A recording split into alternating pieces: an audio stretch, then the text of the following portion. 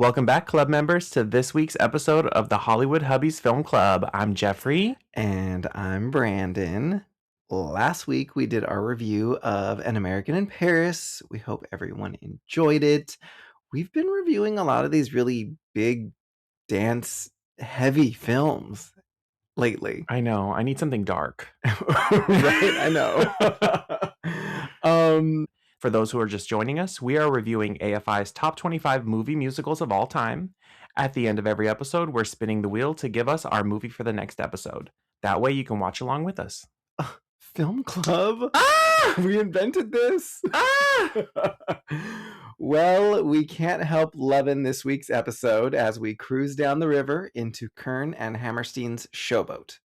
Showboat is a 1936 American romantic musical film produced by Universal, directed by James Whale, based on the 1927 musical of the same name by Jerome Kern and Oscar Hammerstein, which was originally adapted from the 1926 novel of the same name by Edna Ferber.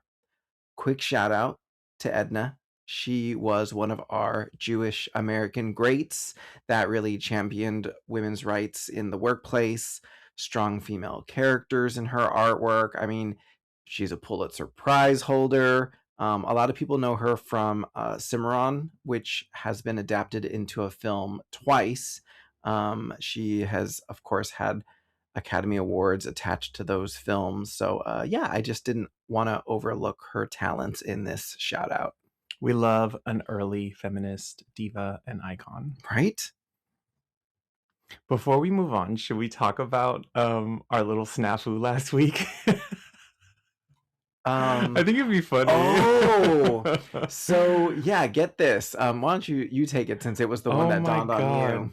So we finished American in Paris last week and we spun the wheel. We got Showboat, and my mind immediately went to 1951's Showboat. So we we sat there and we're like, oh, okay, cool. We're gonna do another 1951 movie from the same producer, yada yada. Like we were like ready. We were ready to watch the movie, everything. Well, I was working out with my friend Ingrid, and she was asking about the pod, and I was like, oh yeah, I don't know how it came along, but I randomly looked at the list of the 25 movies again, and I was like, like totally had the wrong Showboat in mind. So this could have been a huge snafu. This could have been a big deal if we had sat there and reviewed the wrong Showboat and did a whole episode on it. I mean, it wouldn't have been life or death, but I mean, come on. We're doing the 25 AFI movie musicals. And if we had done the wrong one, that would have been so... Yeah, and there's not many of them that could have happened to. Oh my God, I looked back at the list of what we had done already, and I was like, please, Lord Jesus, please make sure that we did not do any of the other ones. And luckily, most of them were either originals or hadn't had multiple versions. The only other one would have been A Star is Born, but I mean, I wasn't going to get that one wrong. Yeah, that was an obvious for sure. Yeah. But it was just so funny. So I came home from work the other day and Jeffrey was like, we got to re-record the ending of the last one. Like after we spun the wheel, we have to re-record that little section because I bring up the wrong Showboat. So yeah. People are going to go back and listen to the end at our play acting. Oh, well, let me tell you, beyond that, here I was when I was starting to do like the notes. I completely just had a brain fart. And when I started doing the notes, I didn't even start doing notes for Showboat. I started doing notes for State Fair. Oh. I was like, what am I doing? So this one really took a lot of like, oh my, like. And that would have been funny if you had done like, I mean, that one has multiple versions too. Oh my gosh. I was like, what am I doing? Why am I doing notes? So yeah, I started like the intro off and I'm like, we're not doing State Fair. Is State Fair even on the list? I know, that's what I was about to say. I don't think it's on the list. I think it's on the list. So yeah, that was almost reviewed the wrong one. Oh, and also everyone, Hammerstein, we've talked about this before. We've heard it different ways before. So it is what it is. Potato. I know. It's one of those names. I almost want to go back and listen to how he said his own name. But even at that, people pronounce their own last names different depending on who they're talking to. depending where on they're whatever. from.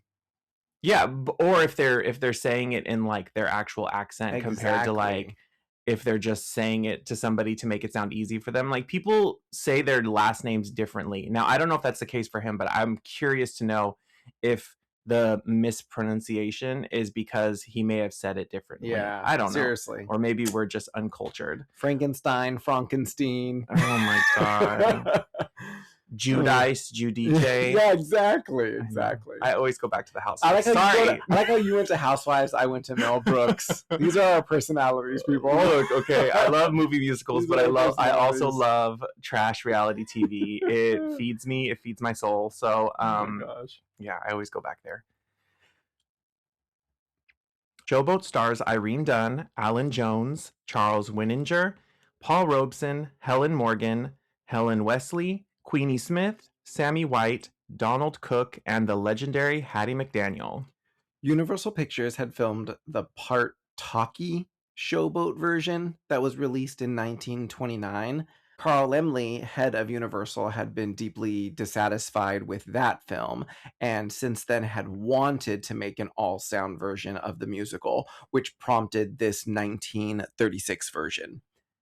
In addition to the songs retained from the stage production, Kern and Hammerstein wrote 3 additional songs for the film, which were I Have the Room Above Her, Gallivantin' Around, and I Still Suits Me. The film did not receive any Academy Award nominations, despite critical acclaim for its performances. Particularly by Paul Robeson, he and the film were overlooked by the Academy, though it was later added to the National Film Registry of the Library of Congress in 1996 as being culturally, historically, or aesthetically significant, and is known for being the best adaptation of the film. There are about 5 film productions of Showboat, ranging from a filmed-on-stage version and a partial silent film. The latest Broadway revival was in the early 90s, and the latest West End revival was in 2016, which never transferred. I wonder if it just didn't do very well, so they didn't transfer it, or if it just didn't get very good reviews. Yeah, who knows? Maybe it just missed some marks. Maybe they tried to change too much and it didn't work. Mm-hmm. Okay, babe, have you ever seen this movie before, and what is your first and fondest memory of it? Particularly this one, not any other versions, this version. Well, I was going to say, regardless, that I think this is the first time I've ever seen the 1936 version. I'm more familiar with Irene Dunne when it comes to her like romantic comedies and like screwball comedies. Mm-hmm. Yeah, when it comes to the 51 version, I think I've maybe seen it once, and it's been a really long time. So, I mean, we can go and watch that one because it's been a long while. Yeah. But when it came to this one, no, I don't think I've ever seen it. Well, I know the music, and I know Paul Robeson, and I've seen his Mhm. clips a lot. And I mean, that's probably, Old Man River is probably the most iconic song that's come out of this. There are other huge songs in it, but I know that and him are kind of like what solidified Showboat and his performance of it, Mhm. because people, he's kind of like the perfect version, I would say. People that I think reading online, that's kind of how people take it, is his version is like the version. Yeah, and obviously, it makes sense as to why when you do read interviews about the movie not receiving any nominations. I've never seen it either. I know some of the music. I can't really even say I've seen the 50s version. Maybe some of the costumes and whatnot. But no, I've never seen this version, that version. I, like you, know some of the songs, of course. But yeah, I don't think I've seen it on stage before either. I definitely haven't seen it on stage. But like you just said, it doesn't seem like it has been produced on Broadway in a really long time. And I don't, off the top of my head, know any like recent regional productions that I can think of. Same. I guess sometimes it's refreshing that we're reviewing some of these movies that we aren't so passionate about or we don't know much about. It leads us into it in a different way because you're able to digest it differently that you would to something else, like a Moulin Rouge, for example, or a Chicago, where we can recite lines, verbatim. Whereas you see something like this, and that it was important, especially culturally important, for its storyline. And I think also because it was originally written by a female, that's something else that is so significant. So it gets you excited for it, but in a different way when we were doing like the pre-research on it, No, I agree. It's funny because I had probably similar thoughts going into this one that I did with Top Hat, because honestly, like a lot of the movies that I watch from the like 30s and 40s, I mean, I do watch musicals from back then, but a lot of them that I watch are like quote unquote like women's pictures. Like I watch a lot of Betty Davis, a lot of Joan Crawford. So it's more along the lines of like a straight drama where um you know it's more about the acting and the storyline and not necessarily about like the cinematography and the sets and so I was going into this like, okay, like cool, we're gonna watch it. I know some of the songs. I had very little to go off of like with this one, so coming into it, as we watched more and more, I was like, wow, like this is again really good. The cinematography is great, the camera angles, the lighting. There was so many things that like for a 1930s like black and white film, I was like very impressed. So let's dive right into the plot here. The music. Dive in. Like the river. Let's just plunge on into the plot here. Our musical story spans in its entirety about 40 years, starting from the late 1880s and ending in the late 1920s. The film opens with the showboat arriving into town, known as the Cotton Palace. Different name than on stage. Just want to point that out. I believe it was called what was it, babe? Cotton Blossom? Cotton Blossom. So it's traveling around the Mississippi River, putting on shows and parades at each of its stops along the way. So think of it like a traveling circus. Same concept, put on a show every dock that you stop at. Is the parade supposed to be how they get people to go to it, and Yeah, like how they get people to know they're in town? It's like the advertisement, like letting Got everyone it. know, like, we're here, we're going to be here for the week, so come on down to see the show. Or who knows, even maybe longer than a week. Yeah.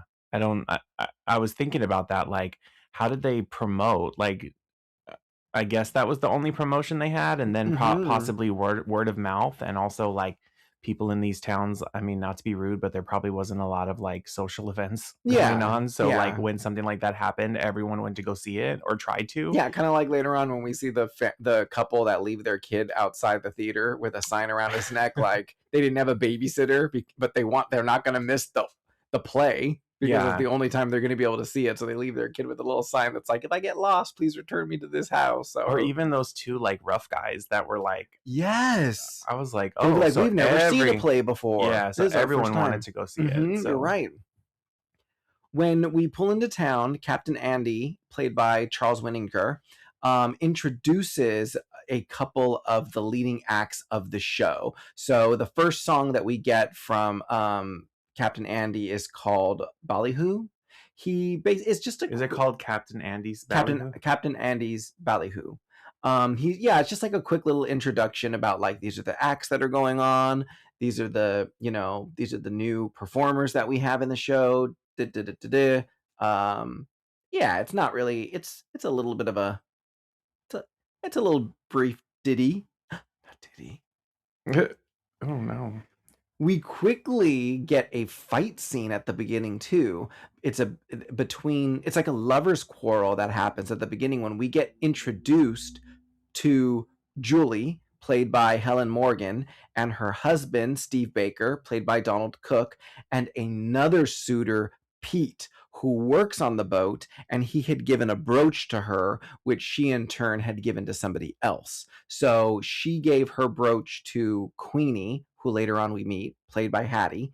So basically, he's pissed because he gave Julie this gift. Julie obviously didn't want it, so she gave it. I mean, she's married, so she's not interested in Pete. So she gave it to Queenie, who then in turn, that's what sets Pete off, and he approaches Julie and Steve at this function. So Pete gets knocked out by Steve, and Captain Andy has to distract everyone by telling them, hey, you guys, we gotcha. This is actually just part of the show. These are the kind of acts that we do. So, like, it was a way of him being like, don't be frightened. There's not real drama going on, even though there was real drama going on. But it gives you a little idea about how the captain is and how he's going to spin something to make something work. He's going to spin it to sell tickets.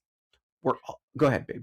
Oh, no, I was going to say, did you notice that they spelled Julie's name wrong on when Pete was putting up the sign, and then he saw no. What they spell it as? When he saw Queenie and was like, who's broke? No, they spelled it Julia. What? And I was like, who on set messed that up? Oh my gosh. And who didn't notice when they filmed it? Yeah. So it said Julia. What is her last name? The last name was spelled right. It just said Julia. Julie Laverne. So yeah, I just thought I would point that out because I did notice a few little, a few little boo boos like that. Who's messing up the spelling on set? Come on. I don't know. Failure.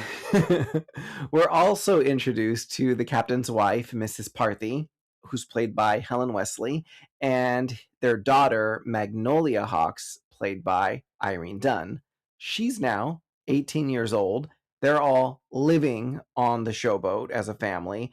Basically, Captain owns it, runs it. It's their showboat. Magnolia, in that first scene that we meet her, very, very quickly meets Gaylord, who is played by Allan Jones. How do you pronounce their last name again, Boo? Revenal? Revenal. I think it was Ravenal. Ravenal. And don't they just call him that? Like, is he? Yeah, they just call him by Ravenal. Or sometimes she calls him Gay, but nobody else really does. He's like this charming kind of gambler, and she sees him singing on the streets by the riverboat. It's a song called Where's the Mate for Me? It's only like 2 or 3 brief lines, though, but it does push them quickly into a duet. In 30s fashion, in 1930s film fashion, we are like really moving the story along. I mean, it is you are introduced to all the characters in the first 10 minutes, and yeah, you're already thrown into a lover's duet called Make Believe that they sing together. People just fall in love so fast in movies. Yeah, and these are classic musicals. They are just like, I see you, you're beautiful, let's sing a duet on this balcony together. Mm-hmm. Which I think Make Believe, it to me, it didn't sound super romantic. It sounded more haunting. I think even you said when that song ended, you were kind of like, oh, that ended kind of depressing. Oh, no. I didn't really take it as like haunting or depressing. I thought that like, I guess I'm so used to these big songs ending so big, and I felt like they ended it on this weird note, and it like all of the orchestration got really silent, and I don't know, it just ended. The ending was very anticlimactic. Mm-hmm. Yeah, that just sounded weird coming out. Yeah, so I was like, okay, that was weird, but I did notice that like earlier I was talking about the lighting and how pretty they had that like romantic goo eye lighting on. Like everything got like hazy and romantic, that I was like, is this sunset? Is it evening? Because like everything was very like glowy, and then the next moment like they're not singing anymore, and they show like a long shot of like the dock or wherever they are, and it looked like the middle of the day. And I was like, oh, so it's afternoon. It's not even night. Like, this was a weird transition. I gotta say, Miss Irene Dunne has a really good voice. Like, I don't know much about her. She's never been an actress that I've like looked up her backstory. I know her from mostly romance or romantic comedies, slapstick comedies, different things like that. So I know her more as a comedic actress. I did not know that she was the singer. Not just like could sing in a film, but she's a Broadway actress. She replaced the original Broadway actress that played Magnolia when they were on tour. She played this role for like a year on the national tour before she played it in the film. That's awesome. So looking into that, I was like, the first thing I looked on my phone was, did Irene Dunne sing in Showboat? And it was yes. And then the more I looked into it, that's when I found out, oh, not only that, but she played the role previously before she really made it big in films. And then a lot of the people that are in this movie are from the original Broadway production. So I think that's kind of why, when we were talking about it earlier, how close this movie version is to the original Broadway production. I think it's because they have so many people from the original that I think it was just kind of like their idea. Like, let's get as many as we can from the original and, you know, try to make it as close as possible to the original, which I think, I mean, unfortunately for the Academy, it didn't seem like it really resonated with them. But now that we're in 2026 and we are reviewing these movies, I mean, it's on the list. So it obviously resonates now with not just fans of the musical, but it's one of the best musicals of all time. So very cool when you kind of just, you try not to go off too far from the plot. You kind of like stick to what you know and stick to what's good. Yeah, and try to transfer it as best as you can, you know? So we cut here to the actual town that they're docked at, and Queenie and Joe are picking up groceries from the market to basically like they're replenishing the supplies that need to be on the boat. Queenie is played by Hattie McDaniel. It's safe to say from the get-go that, you know, every scene she's in, she lights up the scene, and yeah, I don't want to say steals every scene, but I can imagine what it would be like to have her like on camera for you, you know? I 100% agree. Watching Hattie McDaniel on camera, because I love to deep dive and I love to like I find someone and I want to look them up. It makes me happy to see her on film, but it also equally makes me sad to see her on film because I think like of the restrictions on Black actors back in the day and how little you could play, that I'm like, this woman was so talented. She really did light up the screen. Like, it makes me wonder what she really could have done with her career had she not only had to play like slaves and maids and assistants. Like, I don't know of that many films of hers where she got to play something other than that. I believe Imitation of Life, she had a lead role as like the mother of the main character who was white passing. But man, like, had the times been different, had things been different, like, I mean, we're so lucky to have the movies that we have with her in it, but there's always that kind of twinge of like sadness because it's like the greatness that could have been part of her career. I mean, yes, I'm sure she was making money and like she was happy to be making money. And like, you know, if you're an actor and these are the roles you're getting, I'm sure she's just happy to be on camera. But there's the other part that I can't even imagine wanting to do your craft. And they're like, okay, we need you to play another maid. We need you to play another slave. All of these things that you're just like, damn, like what? Like, what she could have become. Yeah, what she could have been. What an icon. Like, she's an icon now, but what, like, she's the first African American woman to win an Academy Award. That's going to forever be her acclaim. But had she been able to play more well-rounded characters, like, it would have been so cool to see. It would have been. I agree. And look at Paul, who, it's sad that in this movie everyone talks about him, and it's like, where in his version of Old Man River, and it's like, where that oversight is, I think, what gets people angry because it's so racially connected, you know? Mm-hmm. So Joe goes down by the docks and starts to sing one of the most famous songs from the musical, which is Old Man River. As you said before, babe, I mean, like, his voice just sets the tone so well for this. I do love all of the shots that the director has used. It just shows like how powerful a lot of the subtleties can be with you don't need a big dance number. You don't need a big monumentous scene, heavy directed scene to really get like passion across and meaning behind a song. Mm-hmm. And yeah, I think Paul just nails that in this scene.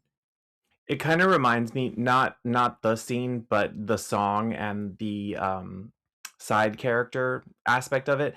It reminds me a little bit of how in Guys and Dolls, what's his name? Nicely gets like Sit Down, You're Rocking the Boat, which is like the best song in Guys and Dolls, or one of.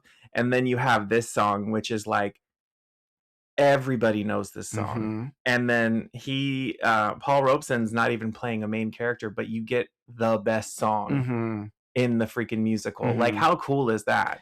Now, granted, their roles could have been a little bit bigger, but Of course. you're led. I mean, you're given this amazing song to sing, and you just hit it out of the park. Yeah, so I agree. I can't even imagine what it was like to first see that in theaters, that number, you know, originally. Oh, definitely. Like, not just the song, but the imagery, and like when the different lyrics were happening, and the director was having little vignettes of them working, Right. or all of that. But that was when I really went, oh, this cinematography and these sets are really, really cool. Like, almost abstract. Like, some of the doorways and some of the, I don't know if it was just the angle, but it almost looked like some of the set pieces were made in like a weird angular way, almost like it was a dream, because you're not actually watching something happen. You're watching an interpretation of the lyrics. So you almost got like these doorways that looked kind of like Beetlejuice, very like, I see what you're saying. Weird angles, kind of like like weird shapes. And I was like, that it translates very well on screen, and it looks very cool, and it's very, very unique and cool to look at. So yeah, I think it did. I think you're right. I think it did a really good job showing the constraints that these men were against, and everything about it is great. This scene to me, I think, is probably the most famous scene as well. Not just the song, but when people talk about this film, they often go back to this and the resilience behind it. So yeah, really, really good number. We cut from here back to the boat. Should we talk a little bit about the lyrics and how after, like, when he started performing the song in later life, they switched the lyrics to make the song more optimistic and less like I mean, is it still like, as I don't know anything about it changing the lyrics? Well, because the song, why don't you tell the audience? I know that when you read the lyrics from the original version from the show, the some of the lyrics come off very hopeless.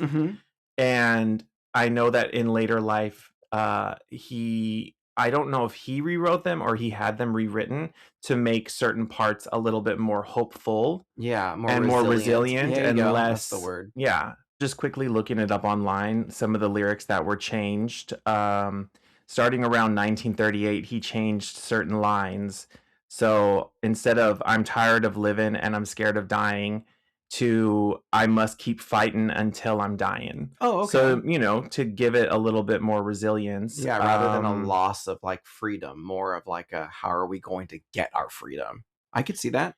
Another one, I get weary and sick of trying. He's saying, I keep laughing instead of crying. Another one, you get a little drunk and you land in jail, was switched to, you show a little grit and you land in jail.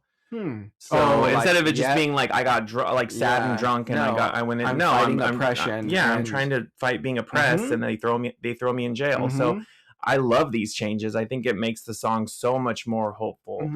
That's cool. Good history behind that. Yeah, I thought that was really cool to add in there. We cut back to the kitchen on the boat, and we get another famous song here in the kitchen, which is Can't Help Lovin' That Man. That is sung between Julie, Magnolia, Queenie, and Joe. What are your thoughts on this scene? Another very recognizable song from this musical. I mean, it's such a beautiful song.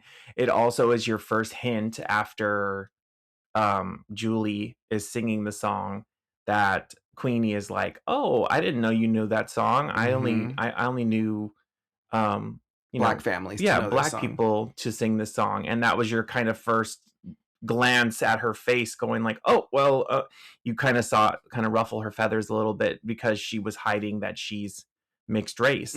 So, yeah, that's like the first little, like, it is a hint, the first hint of that. But overall the scene is that's the song where they started with her singing it very romantic, and then they all start singing it, and that's when they all Magnolia starts dancing. Yes, that's when Magnolia starts dancing, and then when they get outside in public, that's when her mom sees her dancing in public and singing with, quote unquote, the workers, and she's like, Yeah. no, like, you can't do that, like, don't be acting, which is, I mean, it's unfortunate that that's what happens, but I liked it, but there was one little part that made me a little weary because I did like seeing Magnolia dancing with them and kind of letting her hair down and like having fun with these characters and looking out at the other people around the boat that are also dancing and having a good time. But I don't know if it was intentional or not, but Irene Dunne is doing this weird thing with her face while she's dancing, and so I don't know if she's just getting into it or if it was almost like I was like, "Oh, I want to like this, but I'm scared I because think I it's don't." intentional. Yeah, I think like it's she's doing unfortunately like she's pulling a intentional. face, and it almost looks like certain faces people did when they did blackface. Right. That I was like, "Oh God!" Like Yeah, it had was drifting that direction a bit. yeah, had she only been like smiling and laughing and like looking around at everyone and also kind of shaking her hips because she was doing the dance and I was like, oh, good for her. And then as she was getting closer to the camera, I was like, oh no, oh no, no, no, no, no, no, no. So I I liked it until I didn't like it. Yeah, I could see that. It made me a little uncomfortable. Yeah, agreed. After this scene, we go to the rehearsal hall on the riverboat, and Ellie, who is one of the co-stars of the show, she is part of like a supporting act of the troupe. Ellie runs back to let everyone know that she was just recently at like a local saloon, and she heard that the sheriff was going to come, because there's some information that was dropped that there may be an illegal marriage that had happened. So that scene was that was what the heck? That was Pete, right? Pete went and told the sheriff, like he was angry and he went and told him like what he knew about Julie. Correct. That was messed up. Yeah, and Pete later on like pops up later. Well, doesn't really pop up, but sends a letter later in regards to Magnolia as well. So Pete is like a common theme of being like the Real Housewives like receipt dropper. You like how I did the that bone there? collector. Yeah, there you go, babe. Yeah. You like that? So Steve, who's Julie's husband, thinking on his feet after he hears that the sheriff is coming, so he cuts Julie's hand and drinks her blood to show witness to everyone that he has, quote unquote, their words, not mine, he has Negro blood in him. When the sheriff arrives to arrest them for having an illegal biracial marriage, which, of course, at that time was known as miscegenation. They do not get arrested. Like, you can't arrest us because it's he's basically saying like it's not a biracial marriage if I also have this blood. He's using that he's word. playing with words. Yeah, exactly. Because he's trying to tell the sheriff that he's trying to make it seem like he also is biracial by saying, well, I have quote unquote Negro blood in me too. Right. When he just,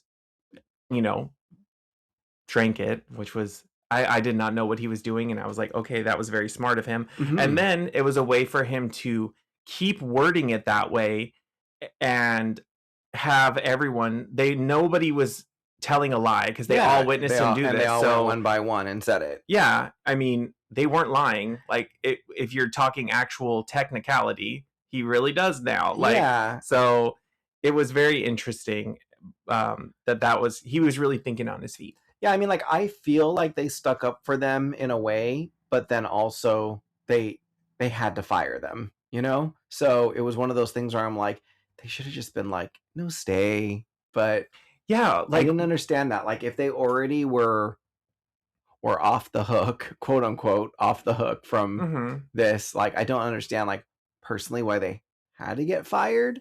But I mean, the only thing I can think of is that, like, if the captain was nervous about this following them from city to city, like this rumor were to keep coming up. But I will say I was happy and then I was annoyed because similarly how everyone was sticking up for them, but then they got fired.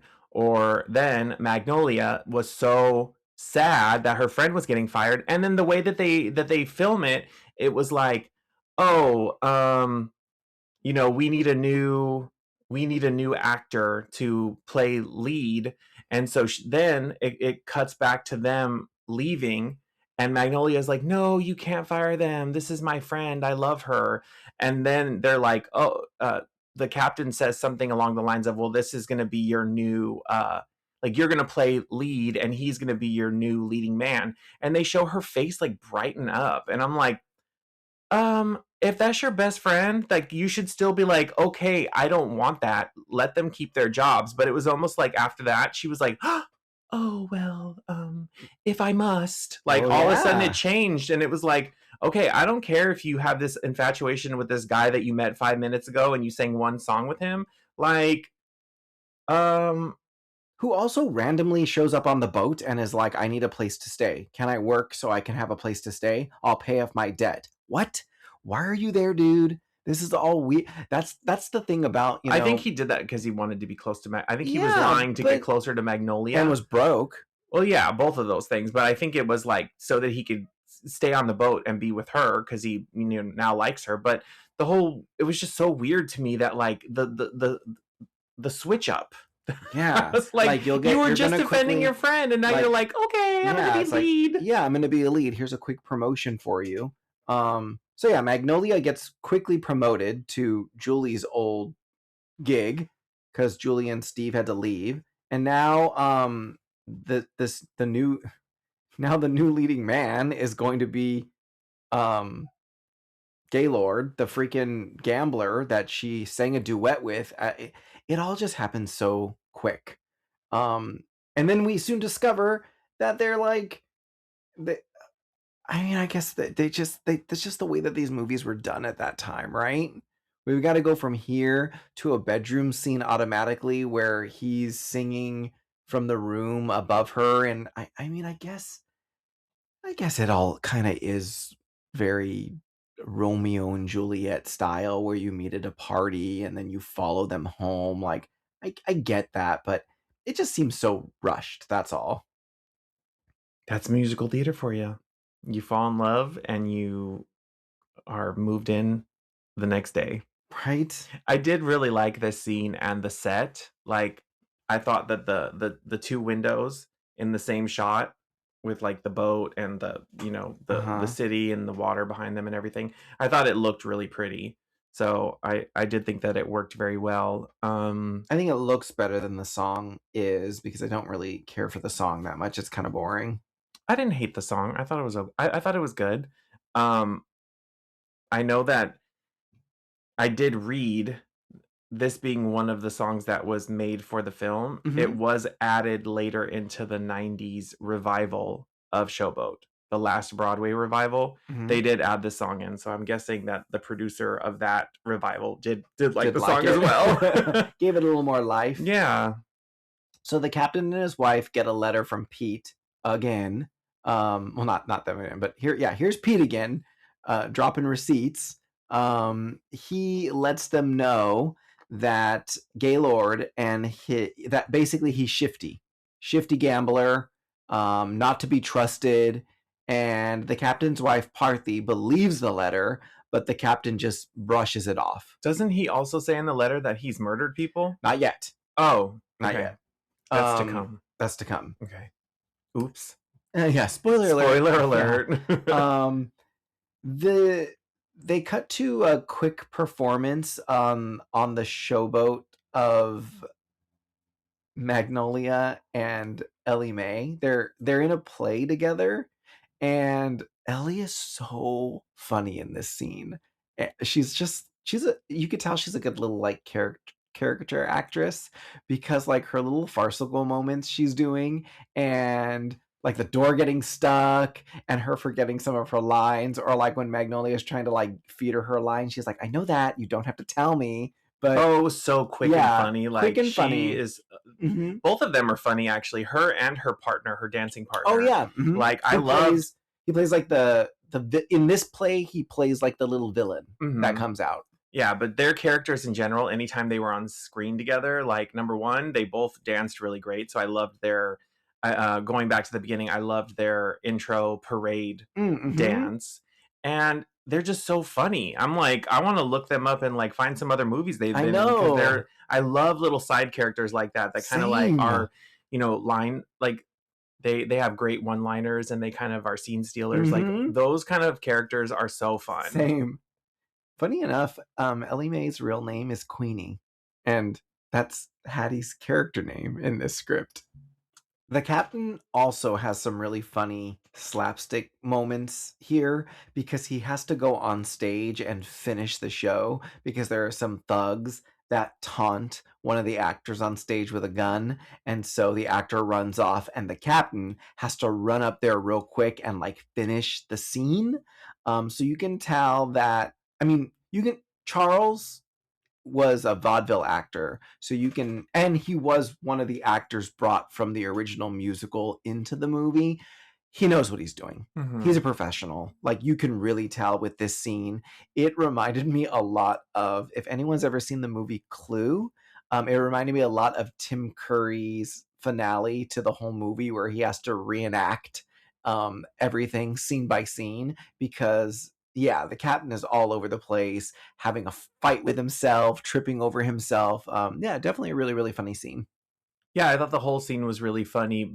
Even before that, like the setup when you have, I thought it was so kind of cute and funny that like these big thugs were like, okay, I've never seen a play before. Like I want to go, I want to see this play, and they're all rough and tough. But then when they're in their seats, like the melodrama of this like play, they're like so into Oh it yeah, that totally. like almost like they don't know it's make believe. Like Yes. for the guy to be pulling out his gun and like pointing it at the guy playing the villain, and that's the whole reason that he runs off stage. Like I thought that was super funny. I did really like Charles Winninger and his, I couldn't believe how limber he was. Right? Like he's, he looks to be an older man and he's like jumping and flipping on stage that I'm Right. like, "Oh my god, how is he doing this? I would break my hip, break my knee, break my ankle and a few toes. Like I don't know Hmm. how he did it." But of course, I mean, he's vaudeville trained. He knows how to do these things and get a laugh and perform like this because he's been doing it his whole life. So Hmm. I just thought that was really cool to see and also very shocking. I know. We get another tune Oh on no! Oh no! this stage called "Gallivanting Around." The song itself isn't horrible. The performance is horrible. This came out and I was like, oh no, because we get the backstage where you see Magnolia putting her makeup on, and it was not pitch black at first. All I saw was like this darker makeup on her forehead, and I was like, what is going? Oh no, no. And then the scene happens and you see her in the blackface, and I was like, and everyone too, like all the dancers and everything. It's like, okay, oh my gosh. So it's just one of those things that, like, when you watch older films in Hollywood, you are gonna stumble upon these scenes. They're not in every movie, thank God, but the ones that they're in, they really come out of left field. That I'm like, I understand they're doing like a musical number, but I will never not be shocked when I see one, just because they're so uncomfortable. yeah, They're so like, oh God, like I don't want to say like cut them out, because we should be reminded of things like this and how horrible they are, but they still make me kind of like slump in my seat and kind of like it's like put my hand over my cringeworthy. face. I'm just kind of like, oh no, please. Which is unfortunate because, as I said, the song is not a terrible song, and this was a new song that was also written for the film. Nope. I probably can't even tell you what the song was like, because I was so uncomfortable that I didn't even listen to it. Yeah, I was like, respect that. Next. Respect that. So yeah, I can't even have a positive thing about the song. Don't even want to hear it. Well, we get another duet very quickly on top of the boat, because Gaylord and Magnolia have been meeting up there every single night to have their little lovers kiss. And that duet is "You Are Love." What are your thoughts on this duet? Very pretty, but I mean, how many Gaylord and Magnolia love duets are we gonna get? Like, do they have to be in each other's songs? Like, was it in their contract that for the musical and for the movie that they had to be? It was only duets, because now this is our third. Wait, I know. did Irene Dunne sing in the Window song, or was she just No, she sang. That was a duet as well. Oh, yeah, that's what I'm saying. This is now our third duet, is it not? Yes. So I know. regardless of if the song is good or not, like, you kind of get to a point where you're like, one duet or maybe two duets of the same characters in a musical is fine, but we're still in quote unquote act one, and this is now our third lovers duet that I'm like, we could have cut one out, guys. I'm with you, babe. I'm so with you. Yeah, pretty song, they both sound great, third love duet. My thoughts are chop chop. I agree. I don't think that the song was needed. So we cut from this duet to a wedding day, and Magnolia and Gaylord are getting married, which is interrupted by her mom because she's got another letter from Pete, and she's been informed that Gaylord is a murderer and that he's killed a man before. And when she tells the captain this, the captain brushes it off and says, "What do you? Everyone's killed a man before, honey. Even I've killed a man before. Let's get our daughter married and proceed with this marriage." What? Nobody's perfect. What is happening? I gotta say, Pete was in maybe one or two scenes in the beginning, and he has been moving this plot along like without even being on screen. Like, Pete is the Samantha of season one of And Just Like That. Like, every episode there was like a Samantha Jones text, or they had to talk about Samantha, or flowers being delivered, flowers that were sent by Samantha. If anybody's watched the first season of And Just Like That, like, Samantha Jones was not in one scene but was in almost every episode. Like, they had to talk about her. And so Mr. Pete here, my goodness, like, he lives for the drama. He won't let it go. He already got Julie and her husband fired, but he won't get off of it. He's still going to be sending letters and being messy. Like, he could have been a housewife. I wonder I wonder if Hollywood just needed this trope to get the plot moved along. I wonder if that's the reason behind it, or if the musical's the same way, or if the book is the same way. I don't know. It would be interesting. Maybe It's just an a easy way of being like, we got a letter. Here's our next plot move point. the plot along. Yeah. So they did it in Phantom. Yeah, they did. They did. We got this. This is basically